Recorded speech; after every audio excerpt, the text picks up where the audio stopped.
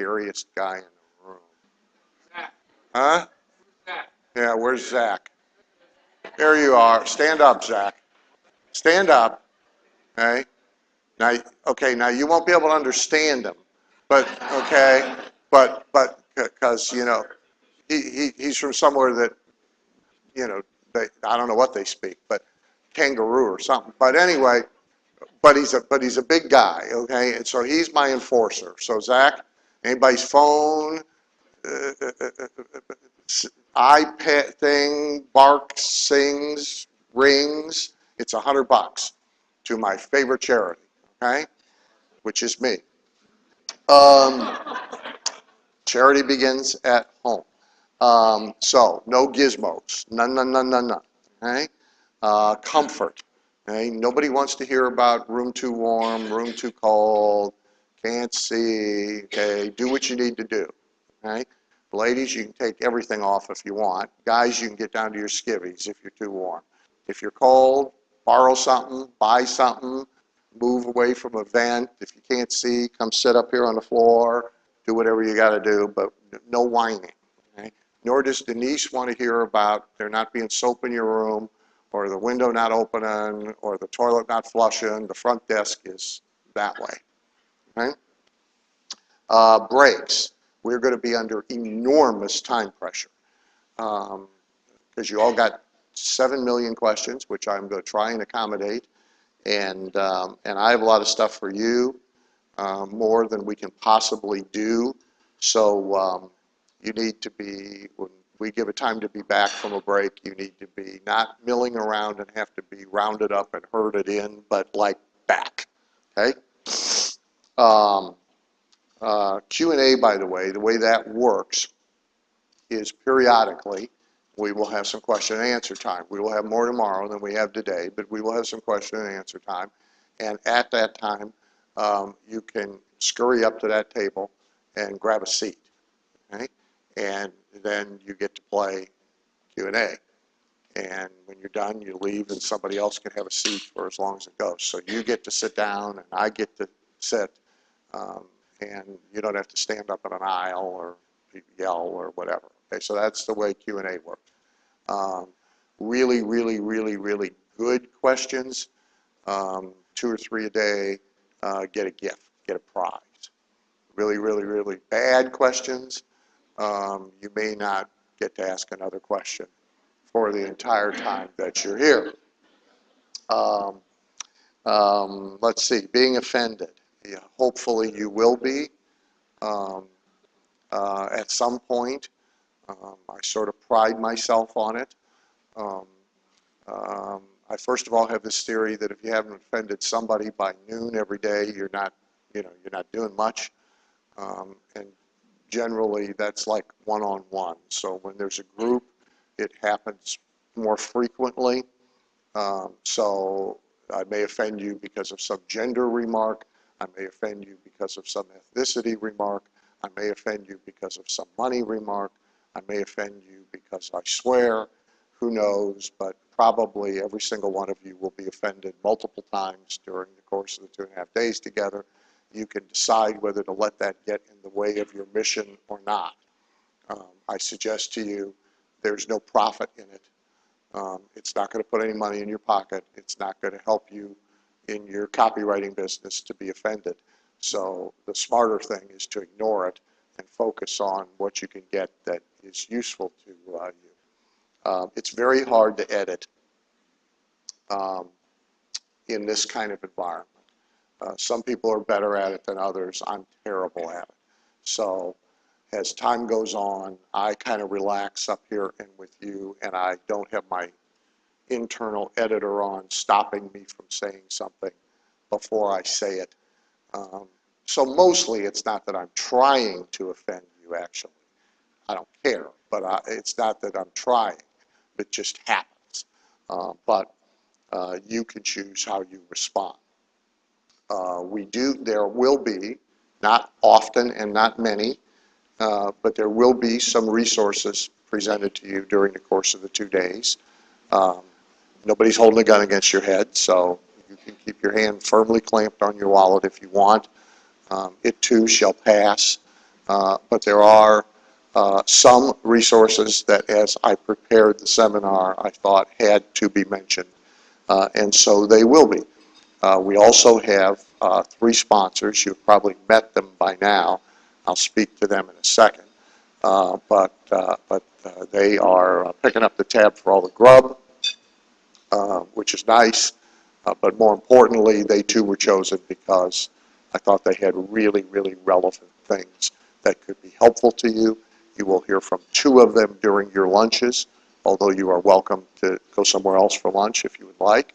But you will hear from 1 each during lunch, and you will hear from 1 first thing tomorrow morning. We are not going to get through everything in your manual. First of all, it would be better if you didn't get way ahead of me. So like if you stayed up till 3 o'clock in the morning reading it, that probably didn't help you. And I wouldn't recommend you do it tonight. Although by tonight you probably won't be staying up to read anything. But there's no way we're going to get through everything. So I will skip over some stuff as we go. You cannot let that drive you nuts. Just get what we can get done, get what you can get, and don't obsess over what you're not getting. However, you will leave with unanswered questions. So there's a mechanism I have for trying to accommodate that. Actually, 2 mechanisms. One, there will be a follow-up teleseminar. I don't have a date for you yet, but there will be a follow-up group call that you can all come to when we will do question and answer.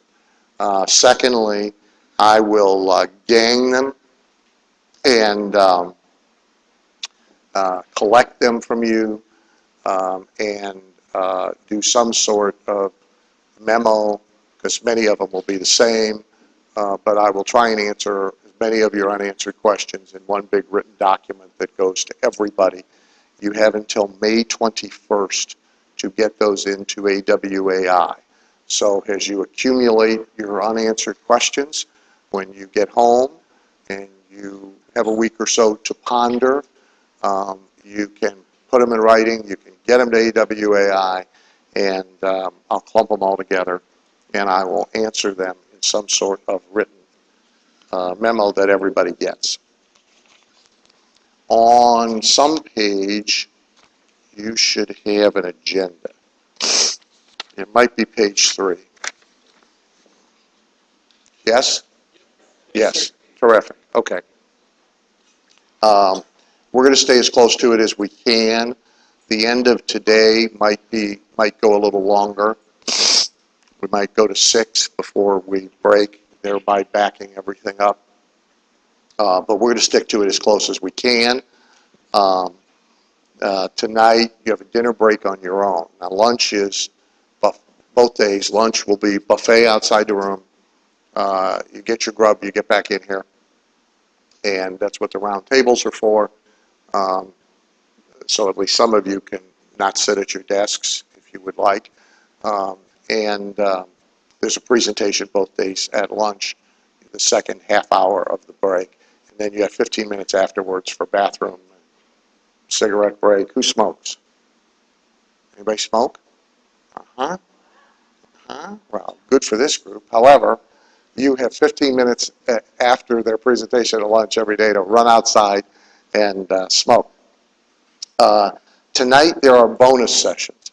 That means they are optional. You will not hurt my feelings.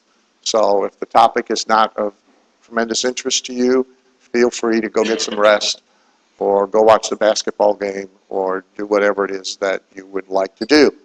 The bonus sessions in order are one about information marketing, and I will make brief remarks and then do Q&A. So that is really how to be your own client and publish for your own profit. There will be a wealth attraction, what we think about money, question and answer session after that, and there will be a question and answer session about being a published author of books after that. Again, attendance is not required. Okay? So you have an agenda that we are going to try and stick to. Saturday night. Saturday night, whenever we take a break this morning, I'm going to give Denise this stack of little goodies.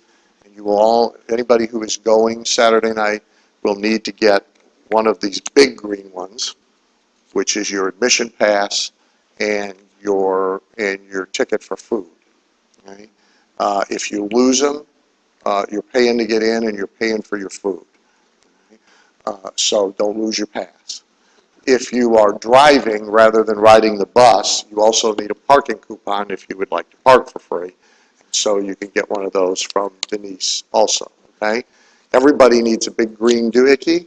You only need one little green doohickey per car. So if you're here with somebody or you're going to carpool, you only need one per car. The bus is leaving here at,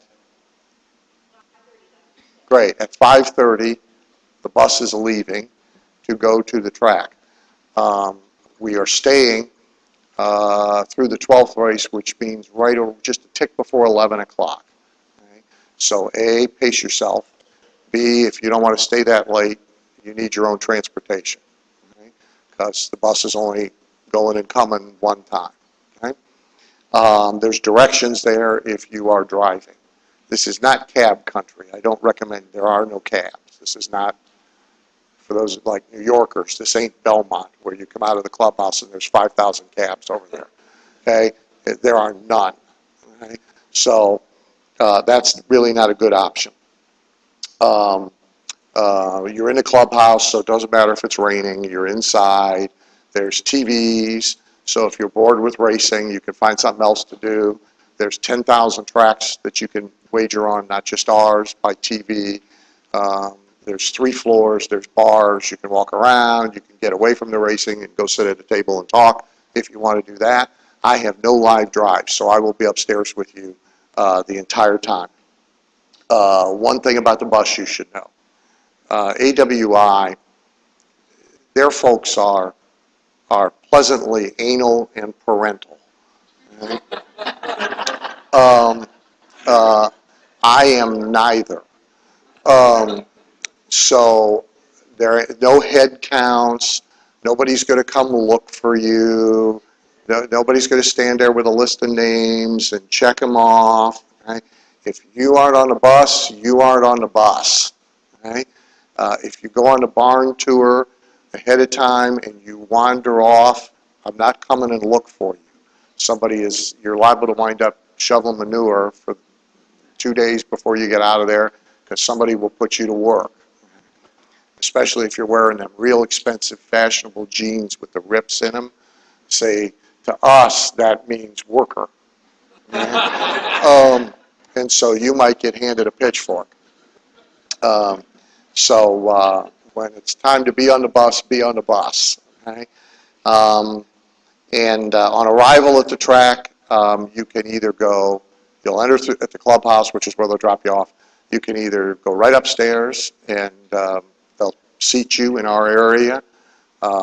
Also, some of you know him, my friend Pete Lillo, Pete the Printer, also publishes LOS and marketing your services if you get that. Pete and his wife will be there, so they'll be upstairs too. You can go right upstairs if you want to and be seated. If you want to go back to the barns and you want to see horses and you want to see all that, just gather at the base of the escalator. There's a great big giant plastic horse there. You literally can't miss it.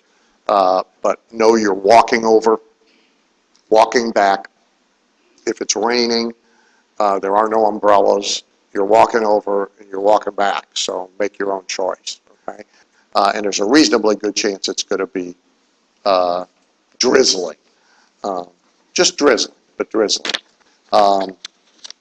You should have gotten in your little bag. A little book looks like this. Yes? Good. So that will give you a little education before you get over there, if you care to look at it. I'm going to tell you about our sponsors because they will not be introduced when they present. They will get up here halfway through the lunch break and they will, or up over there, wherever they want to work, and they will go to work. Because I will be absent during the lunch break. So I'll tell you about each of them now and really why they're here.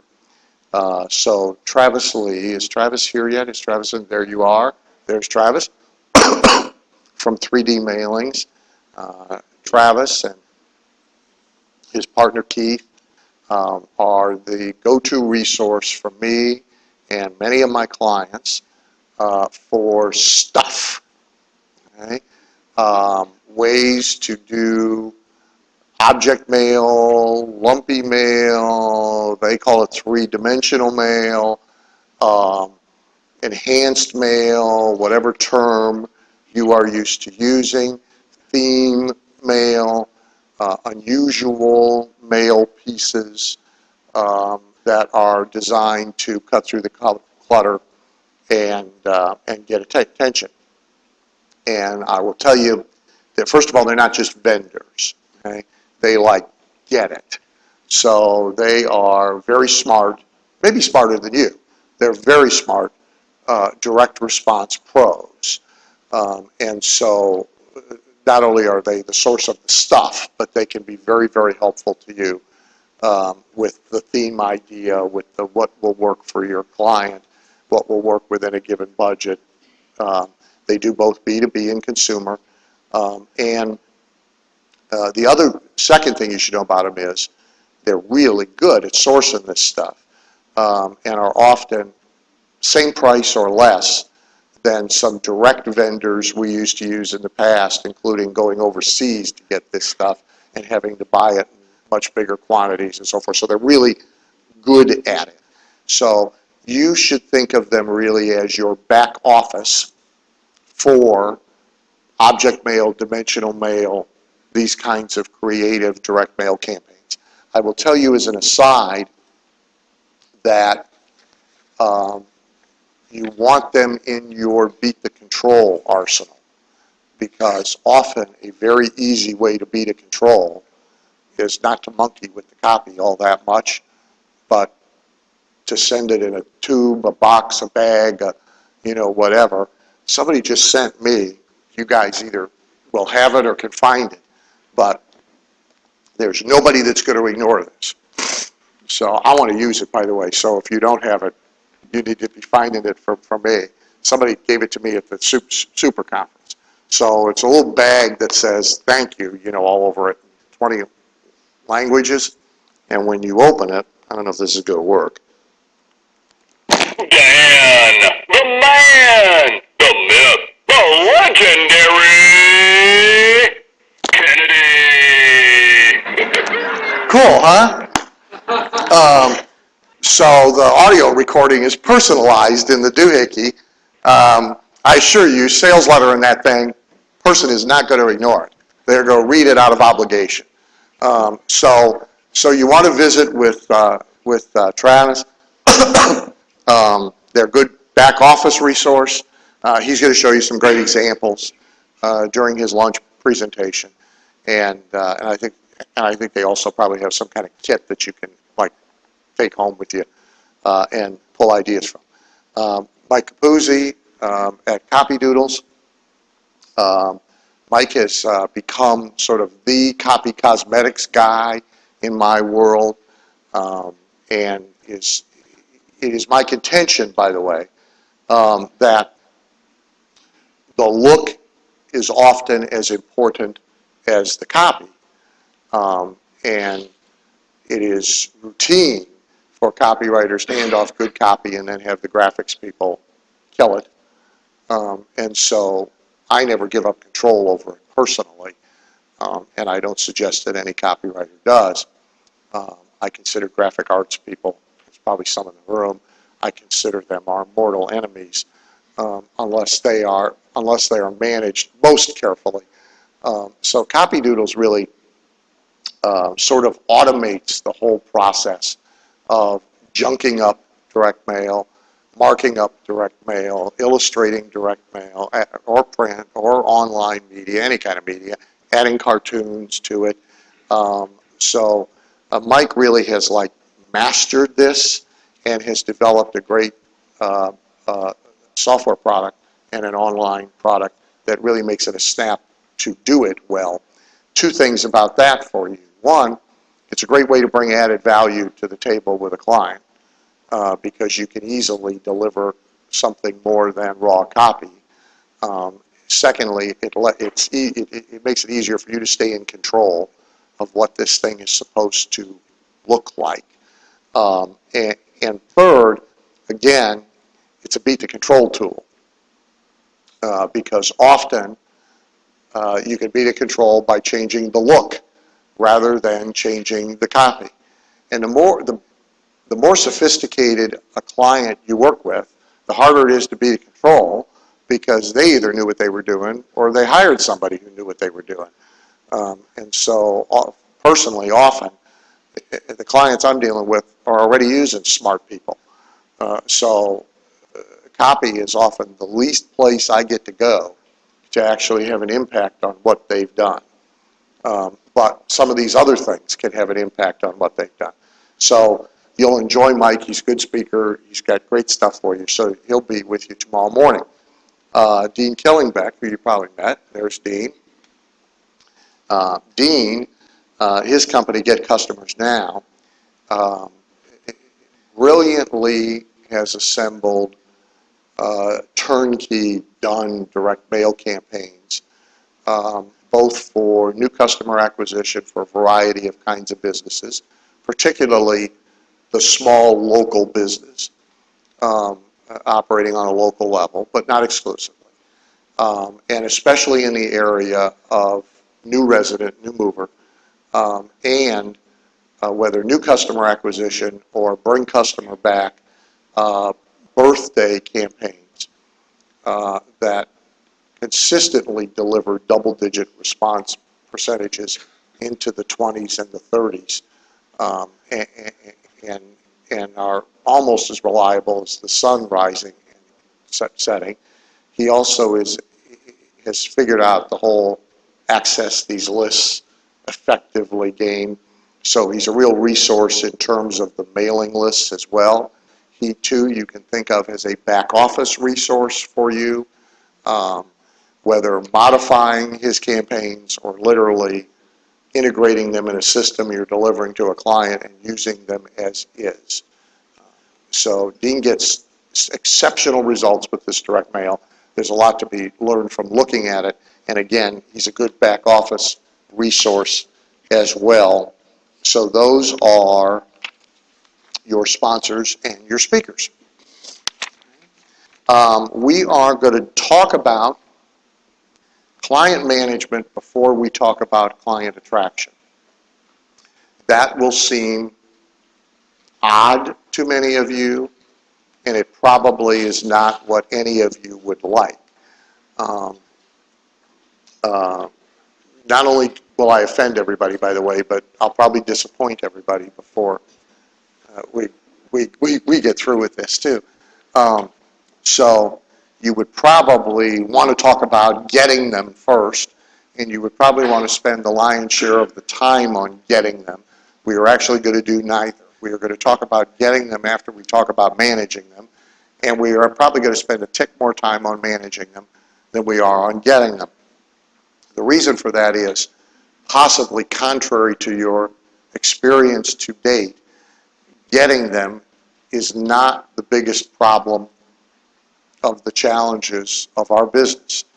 And I promise you, by the time we get done, you'll have options to go get them that aren't particularly difficult. And it doesn't matter whether, so we have a wide variety of folks in the room, so it doesn't matter whether you're a beginner or whether you're I think we have a couple people in the high six figs. There's a list in your manual of who's here, not by name, but by money. And so that doesn't matter because process is largely the same. But the attraction part, which we'll get to this afternoon, has a how you think component that we're going to have to talk about, and then it has a mechanical, here's where to find them and here's what to do to get them component.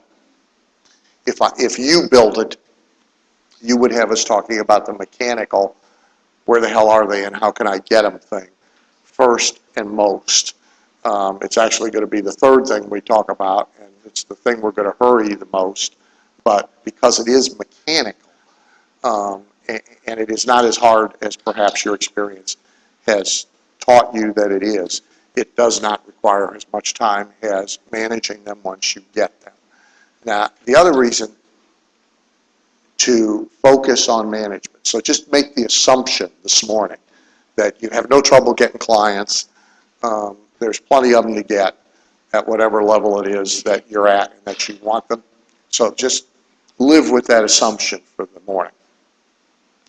But understand that still, getting them is the thing most copywriters like doing the least. Most people become writers for the same reason people become dentists. They have really crappy personalities, and they don't really like people. They hate the thought of selling, except the people who come to copywriting from selling. They have a profound advantage, and they would really prefer to be under a tree with a laptop, left the hell alone, writing, not out running around getting clients.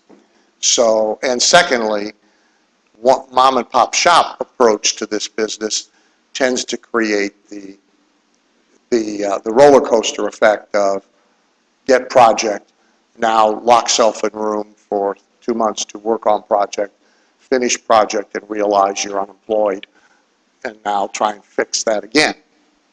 So because of those two realities, what we do with a client when we get them is critically important because A, we want to keep them, B, we want to get more work from them so we don't have to go find another one, and we want to expand the range and scope and size of everything we do with them and can do with them so we get a lot of money from the ones that we have and aren't in this endless runaround angst of where am I going to get the next one, where am I going to get the next one, where am I going to get the next one, et cetera, et cetera. So the management thing is really important. So we're going to talk about that first, attraction second. Do not let that disturb you. If you look at page 6, you will find the 3 issues of this business. So client attraction and management is one. What's that? What is that?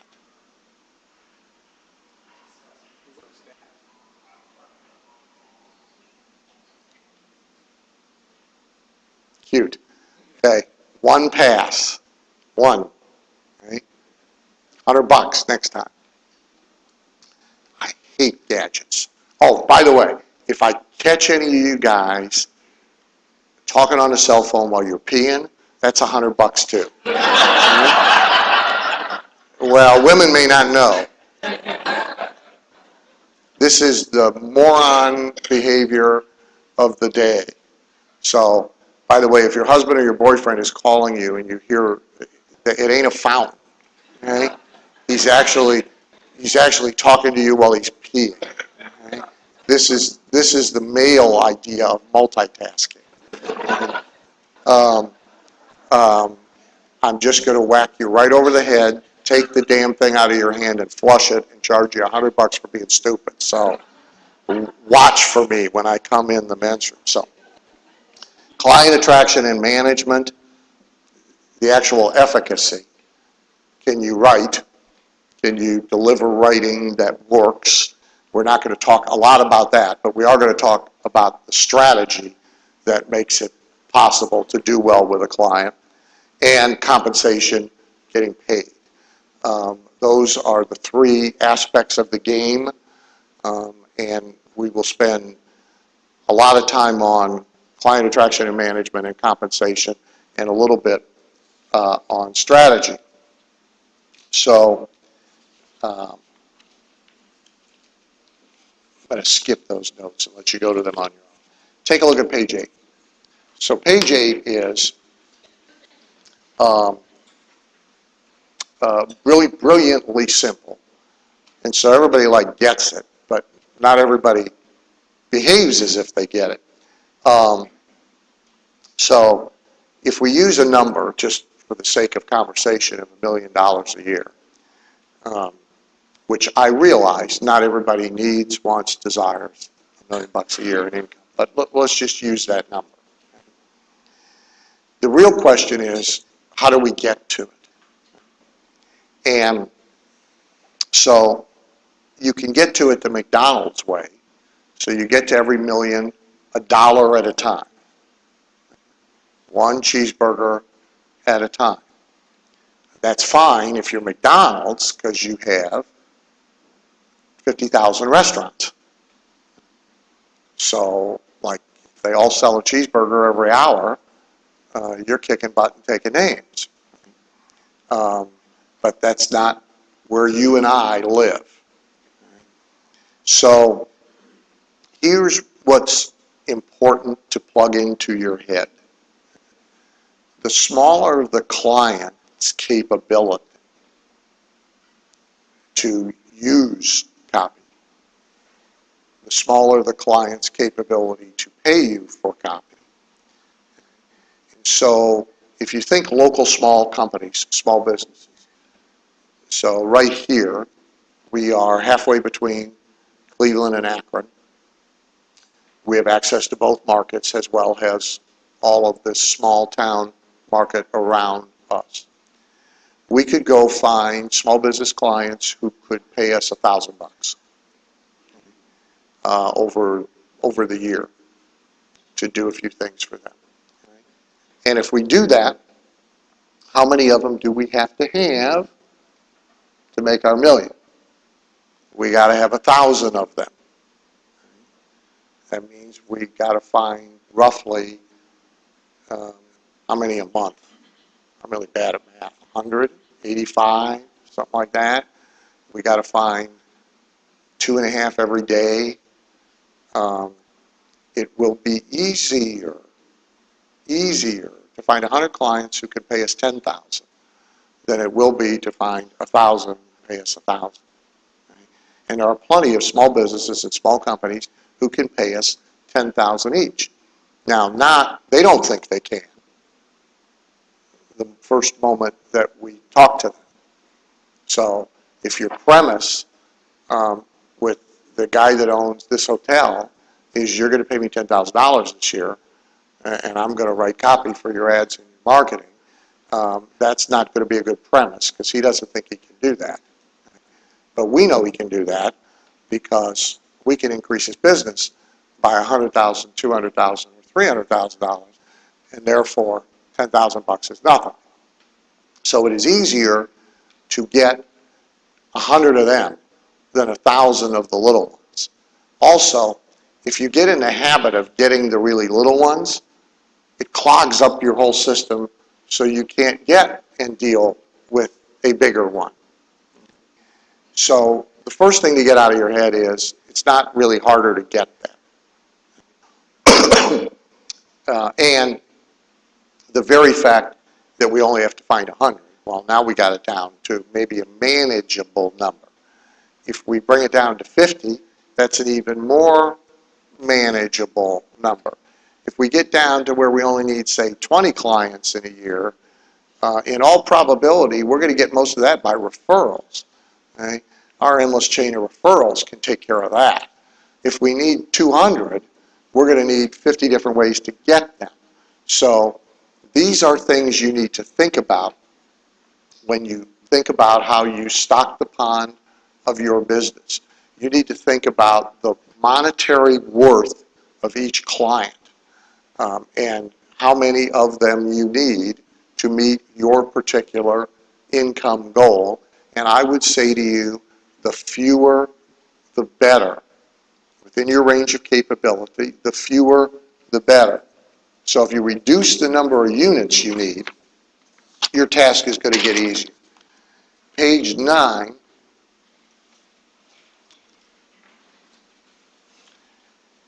shows you 4 things about making money from writing. So there is the thing you all know very well, right? Actually, the top 2 are probably very familiar to you, and things you want to do.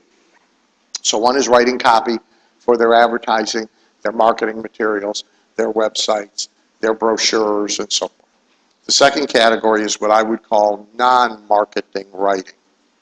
All the other stuff that a business can use that really is not so response measurable.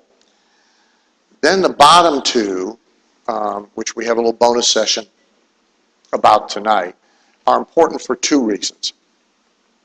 One, because they make client attraction a lot easier. And they make client attraction a lot easier in many ways. One, because they establish you as something more than a vendor and a copywriter. And two, they create income, or they at least create offset for the expense of promoting and marketing yourself in order to attract clients. So if I go speak, for example, to, let's take a really bad gig, but where we still might get a client. So now I have to go back a ways because I don't do these bad gigs anymore, but I used to do a lot of them.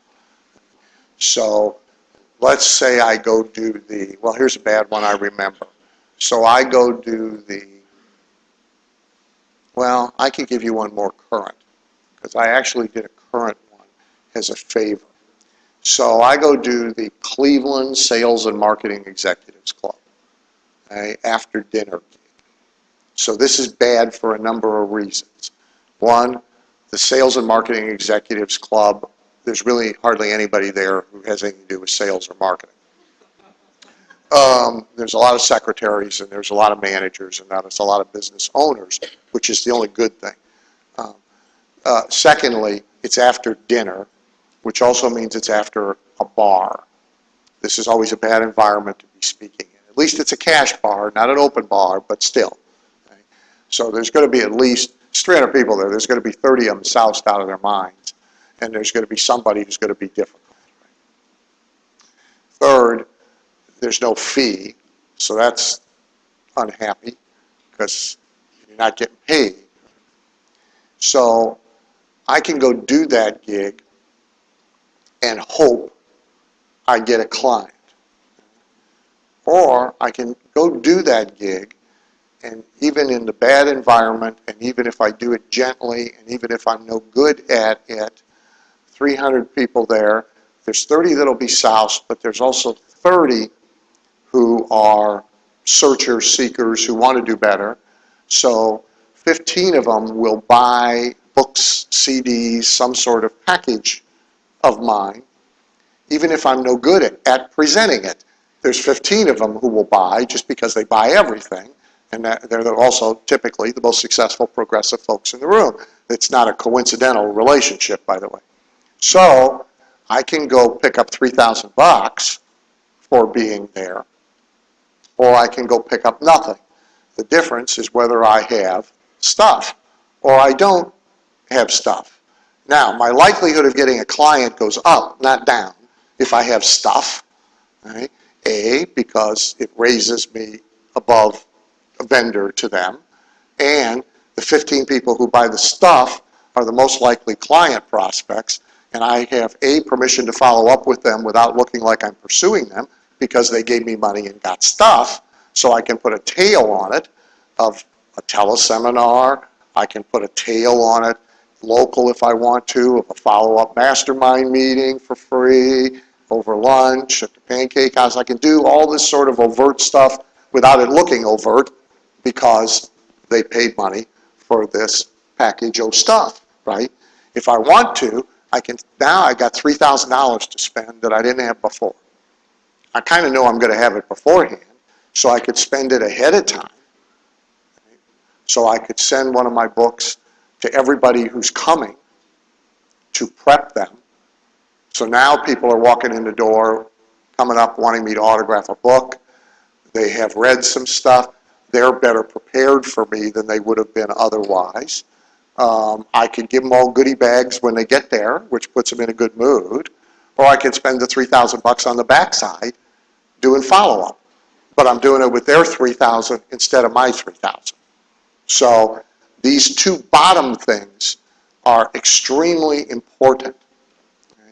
And they are points of differentiation for you. So they ought really be part of your business. The last piece of good news about this is when you write for yourself, of course, the client is pretty much always satisfied. I gave you a list of kind of who's here. We're not going to spend time on it, but if out of curiosity you want to see it, it's there. The list of everybody's books that they listed is there. I boldfaced the ones that actually have something to do with your business and left the others non-boldfaced. I would say that from the list of people everybody would pay money, make a donation to go have lunch with, and a list of books, here's the one sort of criticism I would give for you to think about. Is my deduction is you are not totally, irretrievably, aggressively immersed in this business. And at least for some period of time, if you are climbing your way up to the income levels, you kind of need to be. So you sort of have to give up, for example, watching television for entertainment. You have to be entertained by watching things on TV that are actually useful to you in one way, shape, or form, either business knowledge or specific copywriting knowledge. So if you have a choice between Dancing with the Stars and an infomercial, unless you're doing work for a dance studio, you would be better served watching the infomercial and taking notes. If you have a choice between watching Dancing with the Stars and Joan Rivers' How'd They Get So Rich, you ought to choose How'd They Get So Rich. Same with the books, same with the people you would take to lunch or go to lunch with. Observation. There's a list of things people were most surprised about when they got into freelancing. So one is, Carol Parks says, I didn't need 20 clients at a time to earn a decent living. No, you don't. Some people need 200 at a time, by the way, if they're only charging them 75 bucks. And by the way, you will always find somebody out there who charges less than you. And no matter how cheap you may be, you will find somebody who will do it. Everybody's got a brother-in-law who thinks he can write. And almost everybody's got an unemployed brother-in-law who thinks he can write. And the web stuff, everybody's got a 12-year-old, either in the house or next door. So you know, you can be Walmart if you want, but no, you don't need 20 clients. On the other hand, you don't want one, because one's a real deadly number in anything. Mormon guys even figured that out when it comes to the, you know, but I'm kidding. The widely varied fees that clients are willing to pay for similar projects. Where's Michael? Yeah. Well, you're right and you're wrong in that the fees clients will pay for something are all over the place. Similar project, maybe. Similar handling of the client and the project by the copywriter, no. So the fee has to do with that, right? And so the bigger lesson is how surprisingly elastic they are about what they'll pay if they'll handle it properly. That's really the bigger lesson. And a lot of people underestimate the fee elasticity of a given client. Okay? And it exists in selling everything. We just don't think about the analogies. So almost everybody goes to a car showroom to buy a car now with a number in mind, even more so than a decade ago, because they do all this prep because it's easy. So they go online and they go to 50 websites and they go to the blue book, which you used to have to go find a blue book. And now they have in their mind, when they walk in that car showroom, a number. 92% of all automobile buyers, according to the American Automobile Sales Association, spend 20 to 30% more than the number in their mind when they walk in the showroom. So This exists in everything we buy. So yeah, your client may have a number in mind, but that doesn't matter. It's an elastic number. How bad a lot of copy is, and yet how hard it is to find clients, that's Cindy. And then David, very few business owners understand their customers and are willing to pay to improve their sales. So both of those things are really the same, right? Well, here's a very important lesson about clients. So I'm going to spend 5 minutes on it. I'm going to tell you a story first. When I moved from here to Phoenix in 1978, I hung out several shingles, and one was speaking. And I actually had a line of educational cassette programs that weren't mine. So I was a distributor for somebody else's product. And the only person in the world ever to make 6 figures as a distributor of Nightingale Conant products, if you know Nightingale Conant, is a guy by the name of Joel Weldon, who lives in Phoenix. And so at the time, Joel was just getting started as a speaker, and he was a Nightingale Conant distributor. So I was sort of going down the same path. And I quickly became annoyed at Joel because he had this stupid, like a soup can with a label on it, cutesy label, success comes in cans, not in cannots. And, you know, the ingredient panel, 4 tablespoons, a positive attitude, this crap, right? Every office you went into, this damn can is sitting there. Sometimes there's 3 or 4 of them, right? So like after 2 weeks, I'm just livid. So I go find him and take him to lunch. And so we talk about the business. And Joel told me something that I've applied in everything I've done since. So here it is. He said, when you walk in someone's office, if you see hardly any books, and you don't see, this is before CDs now, and you don't see any audio cassette programs, or you only see a couple of them, get your ass out of there as fast as you can. Drop a catalog on the desk, say, nice to meet you, and get your ass out the door. He said, if you walk in the guy's office and there's crap piled everywhere, there's books, there's cassette programs, there's tapes you got to turn sideways to walk between stacks of them, there's a ton of them with the shrink wrap still on them that he hasn't opened, there's product everywhere. Stay as long as you can. Spread your crap out as fast as you can, and stay as long as you can, because a buyer is a buyer is a buyer is a buyer, and converting virgins is hard, difficult, unpleasant, expensive work. And I went out to my car and I wrote it down, right? Exactly the way he said it to me. He said it a little nicer, by the way, but I've since translated it to be more impactful. So here's the deal. Both David and Cindy's observation is astute and correct.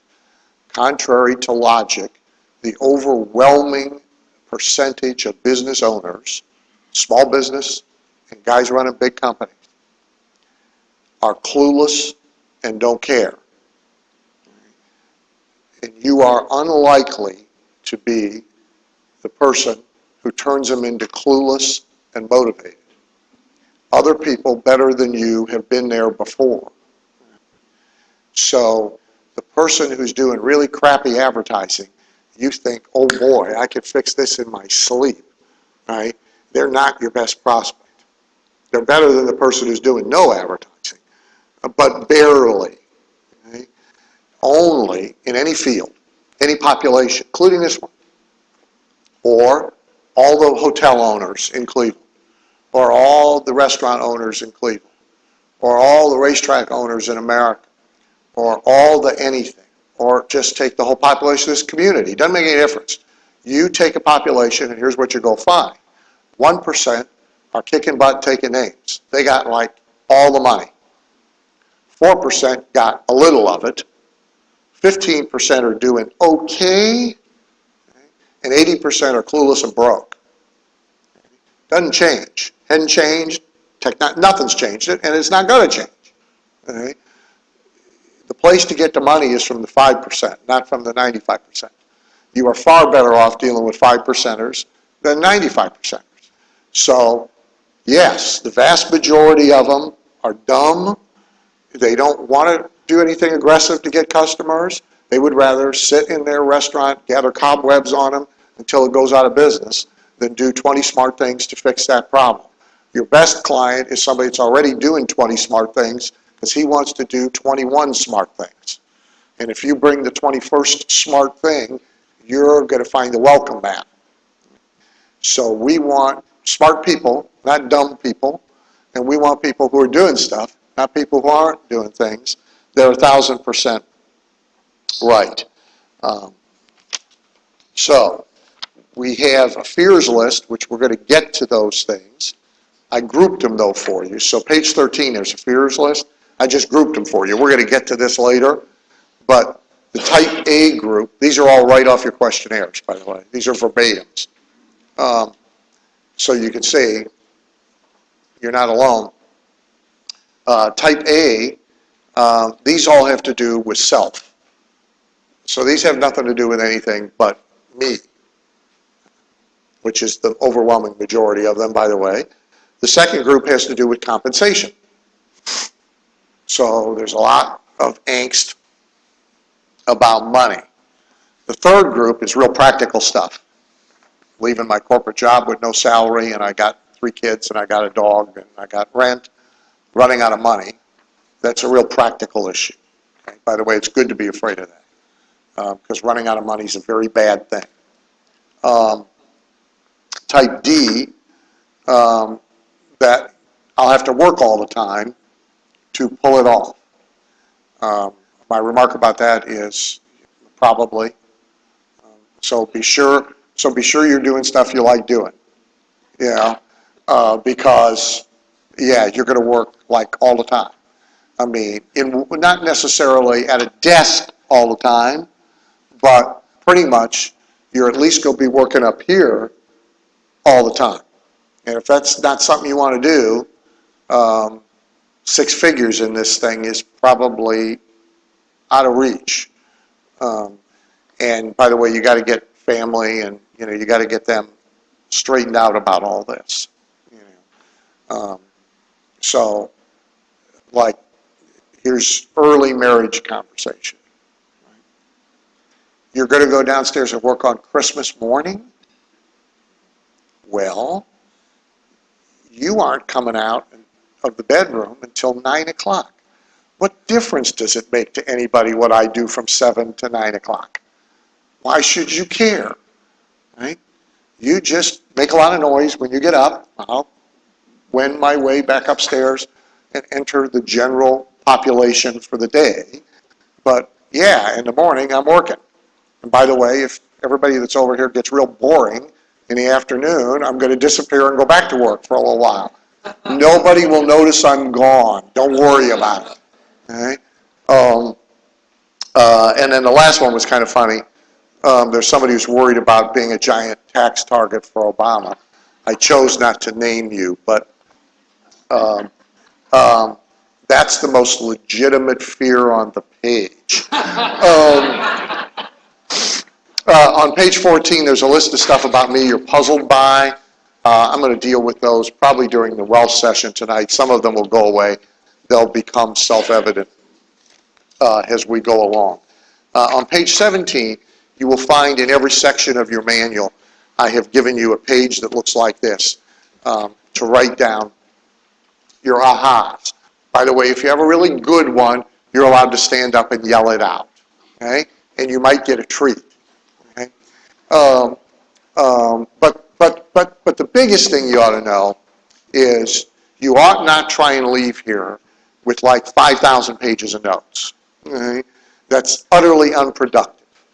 I see people in seminars now who are like trying to transcribe the seminar on their doohickey while they're sitting there. Buy a book, okay, and stay home and save a ton of money. Okay? That's not how you get value out of something like this. You get value out of something like this not by what I say, but by what you think of as a result of what I say. And only a small percentage of what you think of is like good enough that you're going to do something with it. So check it when you think of it, And if now, hey, this is something that's really, write that down. And if you get out of here with like 20 of those, we've had a really good 2 days. If you get out of here with 2,000 things, we've had a really bad 2 days. Because nothing stood out to you as really, really valuable and really, really actionable. So you just got a big pile of stuff, and you're not going to do anything with it when you get home anyway. Okay? So look for the big ones. Don't try and get it all. Don't worry about getting it all. If there's 9 steps of this and you didn't quickly write them all, don't worry about that. That's not what we're here for. We're here for change, not just mechanically, but internally. Get the big things. So you got a page every so often to write them down. Don't make this about bulk. Okay, we're going to start on time. Client management. Let's go to page 21. So when it comes to client management, which is a polite term for client control, okay? So you might want to make that substitution. You got to totally end this idea that the client is in control of the relationship. It's completely counterproductive. Okay? It's certainly no good for you. It's also no good for them. Okay? If they should be in control of this, they ought not have you. They should be doing this. Because this is the highest paid thing in their business. This is where all the money is the marketing. So if they are really capable of being in control of that, they should be doing that. They shouldn't be delegating that. Okay? So people should delegate 2 things. The stuff they're really crappy at, right? Or the stuff where there's somebody a lot better at it than they are. That's what a smart business owner does. He delegates 2 things. Stuff where he can find somebody who's really a lot better at it than he is, or something he's really horrid at. Okay? But if he's better at it than everybody else, he ought to do it. That's where the money is. So you can't leave him in control. He shouldn't be in control. He'll muck the whole thing up. Okay? So very quickly, my Weight Watchers story. So you may have heard it, but it's still, you ought to hear it like 1,000 times, because then it'll set in. So I'm doing a bunch of work for Weight Watchers corporate. And Weight Watchers, I don't know, they get bought and sold like every couple of years. They were owned by Heinz when I was there. And so the president of the moment, which should have been the title on the door, president of the moment, very nice guy. They brought him over from Italy. He was a Heinz brand manager of ketchup or something in Italy. So they bring him over and they promote him and they make him president of Weight Watchers. Which in and of itself is humorous. So Les he's my height. He's got a 28-inch waist, which I had in junior high school, haven't seen since. You could almost slide the guy under a door, you know. So my questions for Les were, have you ever had a weight problem? No. Anybody in your family ever have a weight problem? No. We can eat all we want. We have great metabolism. Great, okay. Have you ever sold anything nose to nose, toes to toes, closed, group or one-to-one? Maybe when you went to school, you know, like you sold water filters or something? No, I've never done anything like that. Went to Wharton and I got a degree and now I'm running companies. Okay? So I'm down to, when's the last time you went to a Weight Watchers meeting? I've never gone to a Weight Watchers meeting. I said, okay.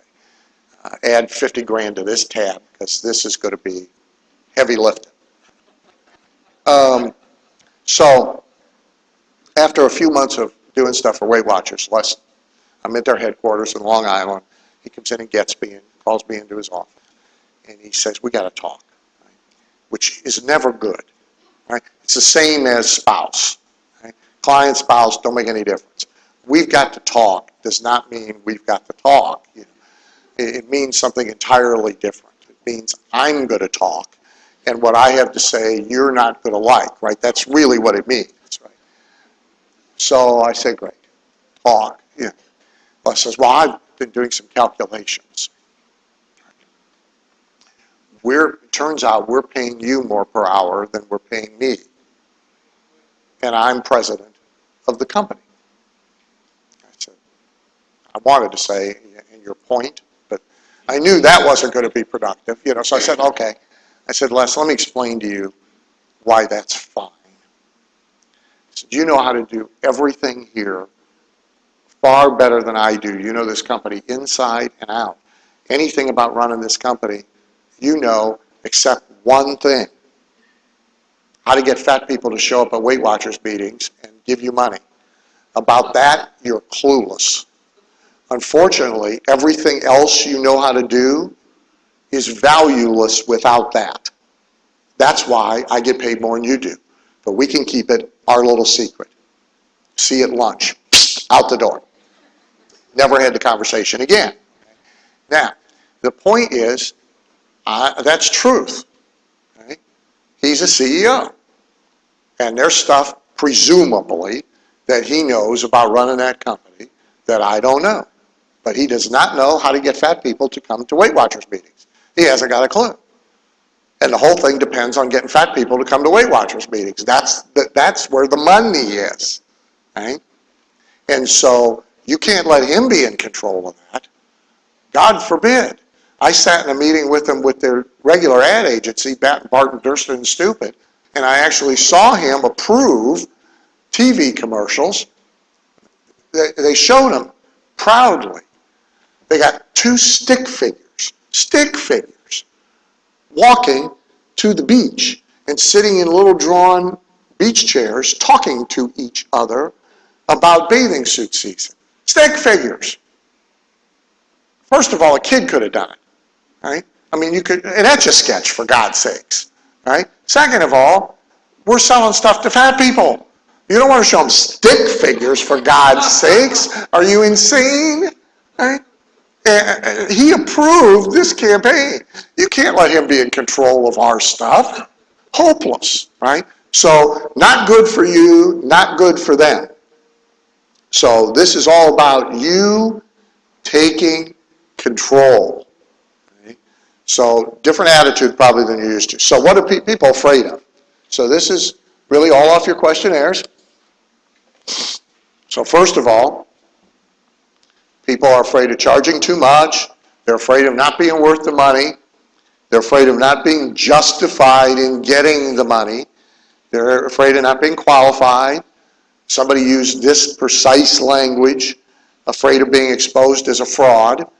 And then some smart person said, I'm afraid of charging too little. Okay? So, let's talk about them all. So, charging too much and losing a client. So the way most people respond to that is they underprice and they negotiate and they back down when somebody challenges their fee.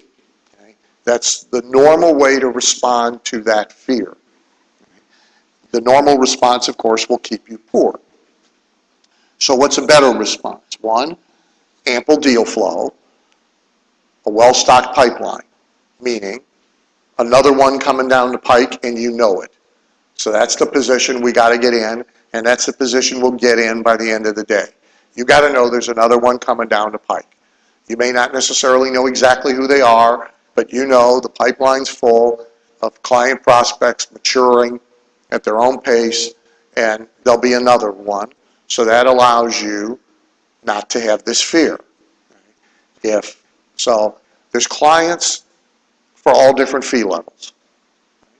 And there's clients, for example, who are not going to pay my fees. There's clients who shouldn't pay my fees, and I tell them so. It doesn't make good economic sense for you. Okay? They're doing a one and done, for example. Okay?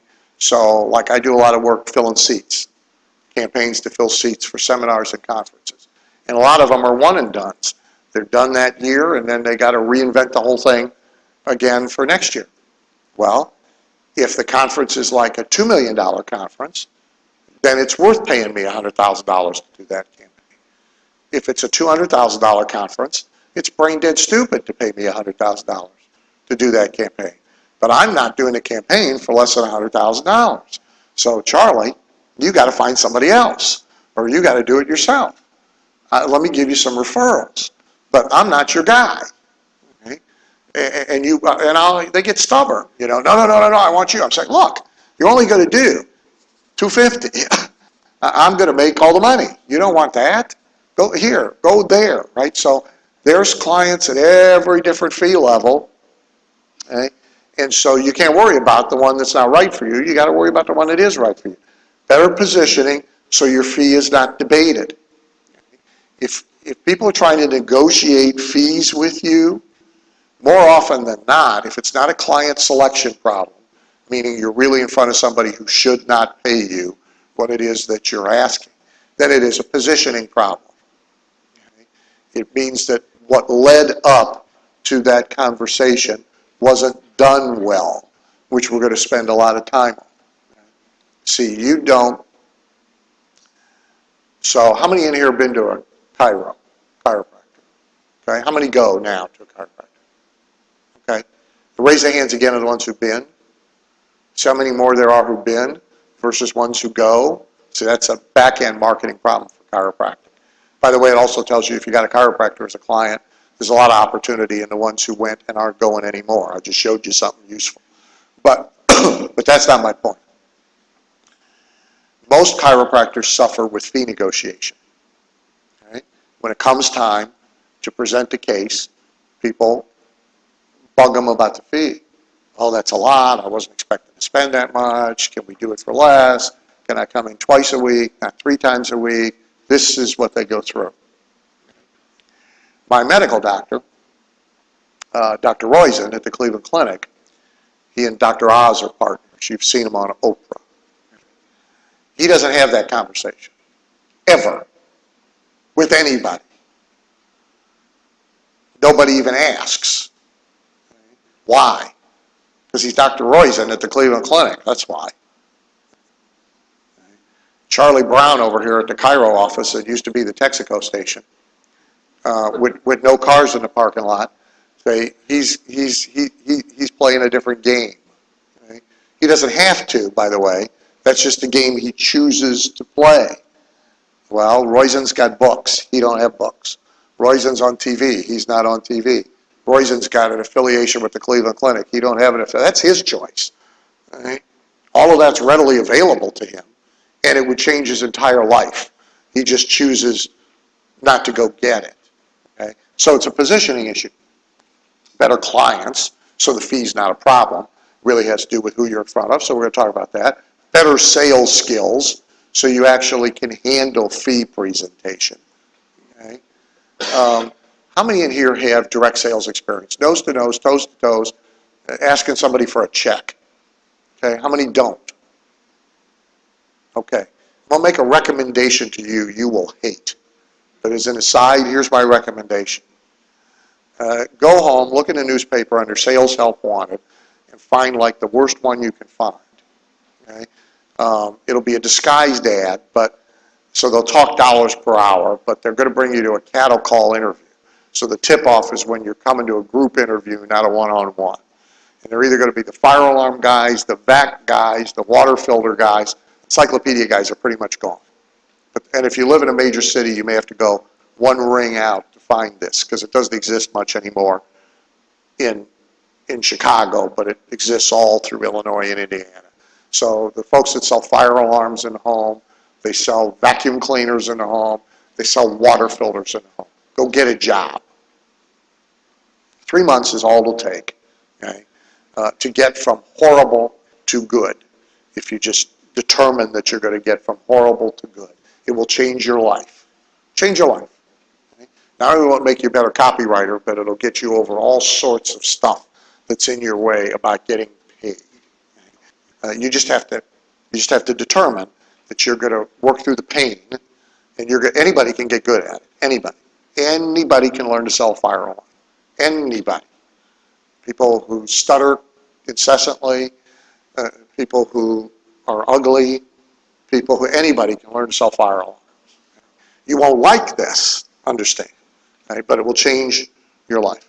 Multiple income sources, so you're not desperate. So we're going to talk about that too. If you have income coming in from more than one place, it helps with that. Not being worth it, not qualified. So our common antidotes to that, the way most people respond to that, if they feel that way, is they're timid, they underprice, they negotiate, and they back down. Right? So better answers. One, specialize so you can amass sufficient expertise faster. Okay? So writing copy for anything and everything. Right? That will require 10 lifetimes to have great skill. So like, how many of you know John Carlton, or know the name John Carlton? Okay, you all know John, right? So John, now that Halbert has left us, John, pound for pound, dollar for dollar, may be the best copywriter in America for about 3 things. Now, he's a good copywriter for a lot of things, but he may be the best for about 3. And he's gotten so good at the 3, he could probably do it in his sleep. Well, it's easier to get there with 3 than it is with 300. So there's about 5 things that, like, I do. So I do information marketing stuff, and within that, the subspecialty is I do seminars, conferences, conventions. Okay, I do put butts in seats copy, and I've gotten great at it. I can do health, but mostly I do way out alternative health stuff, or I do skincare. Okay? I'm real good at skincare. So there's like 5 things. Right? There's a lot of stuff I've not bothered to get good at all, and we'll turn it down. Occasionally, over the years, I've said to somebody, I'm no good at that. If you want me to get good at it, I'll use you as the learning curve, but understand that's what's happening here. And it's going to take time, and therefore it's going to cost you extra money for me to get good at it, because I'm no good at it right now. See, copywriting skills are not universally applicable. There's some principles, but then they are very situational. So a quick way to solve your I'm not worth it and I'm not qualified is to specialize. And I'll show you some examples as we go along. I'll show you one right now. So here is, opportunities. I do money-making opportunity copy. Great. So here's an ad. Don't worry about reading it, just because I'm not going to even believe it. But here's an ad from 1992. Okay? This is mine. How a $29.95 investment can put you into the most exciting, easiest business ever invented, earn thousands and tens of thousands of dollars a month, yada, yada, yada, yada. All right? Here's an ad from 1998. Still running, by the way. I get a royalty from this. I wrote it in 1998. Okay?